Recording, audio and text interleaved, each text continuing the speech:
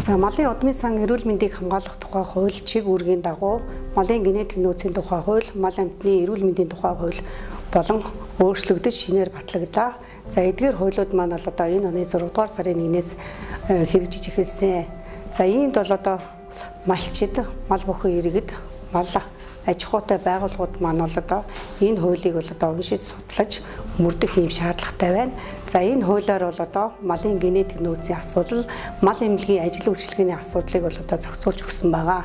За хамгийн гол анхаарах зүйл нь юу вэ гэхээр за малчид, мал бүхэн иргэд, малтай байгууллагууд маань бол одоо энэ хуулийг зөрчсөн тохиолдолд бол одоо зөрчлийн тухай хууль болон эрүүгийн хуулиар хариуцлага хүлээлгэнэ гэж заасан байгаа. За малын генетик нөөцийн тухай хууль 2018 оны 6 сарын 1-ээс эхэлж мөрдөж байгаа. За энэ хууль дээр юу заасан бэ гэхээр энэ хууль нь 6 бүлэг 21 зүйлтэй. За энэ хууль бол малын генетик нөөцийг бүртгэх, ашиглах, хамгаалах ийм заалтуудыг бол их маш тодорхой оруулж өгсөн байгаа. Малчин мал бүхэн иргэдийн одоо үүргийг маш тодорхой оруулж өгсөн байгаа. За энэ хуулийн 5 дугаар бүлэг малын генетик нөөцийн үйл ажиллагааг хэрэгжүүлэх үйл заалт байгаа. Энэ дээр бол санхүүжилт, за нийгмийн баталгаа, хариуцлага, хууль үйлчлэх хугацаа гэсэн энэ заалтууд орсон байгаа. За санхүүжилт нь болохтой зэрэг 3 их үүсвэрээр санхүүжүүлэгдэнэ. За нэгдүгээрт нь бол улсын төсвийн хөрөнгөөр, за орон нутгийн хөрөнгөөр, за малчид иргэдийн өөрсдийнх нь одоо санхүүжилт өөрсдийнх нь хөрөнгөөр хийгдэх ажлуудыг тодорхой зааж өгсөн байгаа. За малчид иргэд одоо юун дээр санхүүжилт одоо хөрөнгө гарах вэ гэх юм бол малыг хувийн дугаараар ялган тэмдэглэх, одоо эмэгжүүлэх гэсэн үг. За нутагсан үйлдвэрийг хянан баталгаажуулах дээр өөрсдөө бас хөрөнгө зарцуулж яана. За мал эмнэлэг үржүүлэх технологи ажил үйлчилгээний одоо нэг мал үржлийн нэгжүүдийн үзүүлсэн ажил үйлчилгээний хөлс дээр бас малчид одоо өөрсдийн хувь хөрөнгөөрөө санхүүжилтээ гаргахын талаар энэ хууль дээр бол маш тодорхой зааж өгсөн байгаа. За энэ талаар одоо тодруулах зүйлээ бол манай хөдөө аж ахуйн газрын 7054 3261 гэсэн утсаар лавлж асууж болно. Малын генетик нөөцийн тухай хуулийн ач холбогдлыг танилцуулж байна. Эдийн засгийн нөөцийг хүний нөөц, байгалийн болон биологийн нөөц гэж хоёр ангилж болно. Байгалийн болон биологийн нөөц дотроо нөхөн төлжидгүй, нөхөн төлждөг гэж хоёр хуваагдана. Ашигт малтмал бол нөхөн төлжидгүй бөгөөд шавхагддаг нөөц. Тэгвэл генетик нөөц нь нөхөн төлждөг, шавхагдашгүй. Малын генетик нөөц бол манай улсын мал аж ахуйн чухал бүрэлдэхүүн хэсэг юм. Улсын хэмжээнд явагдсан мал тооллогоор 2017 онд Монгол улс 66.2 сая толгой мал тоолууллаа. Энэ нь 2010 оныхтай харьцуулахад 1.5 дахин өссөн үзүүлэлт юм. Малын тоо 5 төрлөөр өслөө. Манай улсын мал аж ахуйн салбарт 13.9 их найд төгрөг эргэлдэж байна. Бид ийхүү нөхөн төлждөг, шавхагдашгүй асар их баялагтай орно. Гэхдээ одоо малын тоо биш, чанартаа анхаарах цаг болсон. Малчид, мал бүхэн иргэн, хуулийн этгээдүүд дурын мал, хөврөл үрийг импортлох, эрлийджүүлэг хийх, эцэг малыг таамагаар сонгон хээлтүүлэгчээр тавих зэргээс болж малын үйлдвэрлэг байдал алдагдах, төсвөрт чанар муудах, давжаарах, нэг малаас авах ашиг шим буурч байна. Тиймээс малын үйлдвэрлэг байдлыг сайжруулах, малын шинэ үйлдвэр омог бий болгох, малын эрсдэл даах чадварыг нэмэгдүүлэх, ашиг шимийг өсгөх, мал үржүүлэг, технологийн ажилд биотехнологийн ололт нэвтрүүлэх, тэжээллэг, аюулгүй хүнс үйлдвэрлэх, мал аж ахуйн эдийн засгийн эргэлтийг эрчимжүүлэх зорилгоор Монгол улсын их хурлаас малын генетик нөөцийн тухай хуулийг 2017 оны 12 дугаар сарын 14-нд баталлаа. Хууль хэрэгжиж эхэлснээр бүх малыг бүртгэж үл давтагдах хувийн дугаараар ялган тэмдэглэнэ. Малчин өрх бүр үндэсний үйлдвэрлэгч болно. Малчин бүр мэрэгжилтэн юм. Ингэснээр төрөөс малчин танд боломж олгох, дэмжлэг урамшуулалт хамрагдах, хөрөнгийн үнэлгээ хийлгэх замаар баталгаатай хөрөнгөтэй болох, малаа барьцаалж зээл авах зэрэг олон боломжууд нээгдэж байна. Мөн гойд ашиг шимтэн мал цөмсүргээс үржлийн мал боожуулж, баталгаа төржүүлгийн бүтээгдэхүүн ашиглаж, малын үйлдвэрлэг байдлаа дээшлүүлснээр малчин таны амьдралын чанар, нийгэмд эзлэх байр суурь дээшилнэ. Малын генетик нөөцийн тухай хууль 2018 оны 6 дугаар сарын 1-ээс хүчин төгөлдөр үйлчилж эхэлнэ. Малын чанараа дээшлүүлж, ашиг шимийг нь хүртэцгээе.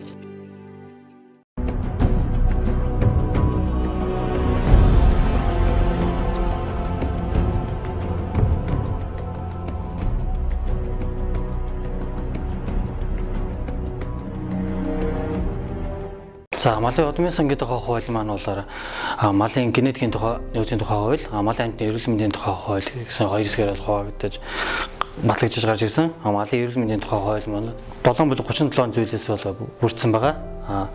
7 бүлэгт нь маань болохоор нийтлэг үндсэл 3 малын амьтны эрүүл мэндийн тухай өвчнөд тэмцэх тухай, малын амьтны урьдчилан сэргийлэх арга хэмжээ, нийт эрүүл мэндийг хамгаалах гэдэг ер нь бол ингэ 7 бүлэг хуваагдсан байгаа. Үүн донд яг малчтад маань яг нэг шаардлагатай юм бол усын төсвөөс болон орон нутгийн төсвөөс малчид гэдэг нөө гоц халдвар төвчний, уужиг халдвар төвчний тарилгын үйлчлэгийн хөлсийг бол улсаас олгодог байсан бол одоо бол улсын төсвөөс гоц халдвар төвчнүүдийн уужиг халдварын вакцинжуулалтыг болохоор бол аймгийн төсвөөс болон малчид өөрсдөө бас хариуцдаг болж байгаа. Энэ хуулийн 6 дугаар бүлэгт байдیں۔ Энэ хуулийн 6 дугаар бүлгийн 15-ын 1, 15-ын 2 дээр заасан бусад тохиолдол бүх халдвар төвчний ажилчны хөлсийг бол улсаас өгөхгүй малчраад өөрснөө тарилга туулгалтынхаа үйлчлэгийн хөлсийг бол өгдөг болж байгаа. Тэгээд энэ мал амьтны өвчнөд тэмцэх арга хэмжээг бол урдны хууль, удмын сангийн хуулийн дээр бол урьдчилан сэргийлэх арга хэмжээ нь арай муу тэмцэх арга хэмжээ нь бол илүү их байсан бол одоо энэ яг энэ шинэ батлагдсан хуулиар бол урьдчилан сэргийлэх арга хэмжээ, тэмцэх арга хэмжээ хоёрыг бол нэг арга хэмжээнд тэнцвэх авч явдаг болсон байгаа. Тэгээ энэ хуулийн бас 5 дугаар бүлэгт мал эмнэлгийн бүтц оронтой бол өөрчлөлт орсон. Тэгээд бол улсын мал эмнэлэг ерөнхий газар гэж аймаг улсын хэмжээнд бол байгуулагдаж аймагт болох мал эмнэлгийн газар тэгээд сумдаа бол мал эмнэлгийн тасаг гэж байгуулагдаад тэгээд мал эмнэлгийн тасгаас бол нэгсэн юм шатлалтай явагдаж байгаа. Мал амьтны эрүүл мэндийн тухай хуулийн талаар мэдээллийг авахар бол аймгийн мал эмнэлгийн албаны утсаар бол холбогдож мэдээлэл авч болно. Мал эмнэлгийн албан дээр ирээд мэдээлэл өөрснөө авч болно. Утсаар болохоор бол 7054 32 61 гэсэн утсаар бол мэдээлэл авах бол манайх бүрэн боломжтой байгаа. Мэдээлэл хариуц мэргэжилтэн бүгд цаг тухайд мэдээллийг та бүхэндээ шуурхай өгнө. Мал амьтны эрүүл мэндийн тухай хуулийг танилцуулж байна. Мал сүрэг бол үндэсний баялаг. Мал амьтан эрүүл байх нь нийгмийн эрүүл мэндийн нэг баталгаа учраас улсын их хурлаас мал амьтны эрүүл мэндийн тухай бие даасан хуулийг 2017 оны 12 дугаар сарын 8-нд батлан гаргаад байна.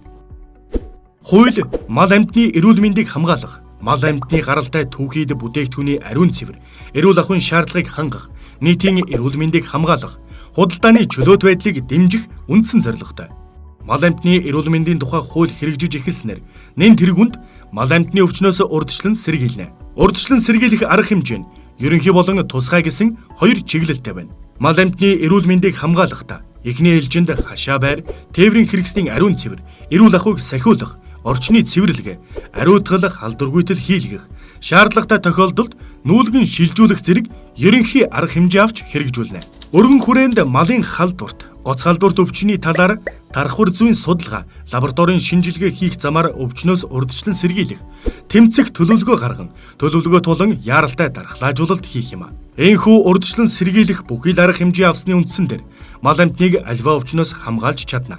Хэрв мал амьтнаа дархлаажуулалтад хамруулаагүй бол бусдад учирсан хохирол, гарсан зардлыг мал амьтан өмчлөгч өөрөө хариуцуулахыг анхаарна. Нэгэнт мал амьтны халдварт өвчин гарлаа гэхэд халдварын голомттой, сэжигтэй хамгаалтын өвчнгүй бүсийг тогтооно. Халдварт өвчнийг шуурхай оншилж, яаралтай хариу арга хэмжээ авна. Хорой цэрийн дэглэмийг хатуу чанд мөрдүүлнэ.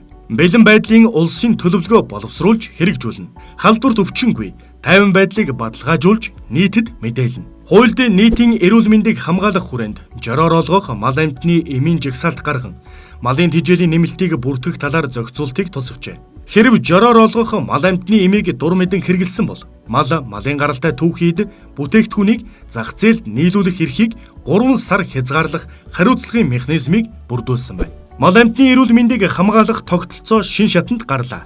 Мал амьтны эрүүл мэндийн тухай хууль 2018 оны 6 дугаар сарын 1-ээс хэрэгжиж эхэлнэ. Мал амьтны эрүүл мэндийг хамгаалахад хуулийн үйлчлэлд хамаарах оролцогчдын үүрэг оролцоо чухал.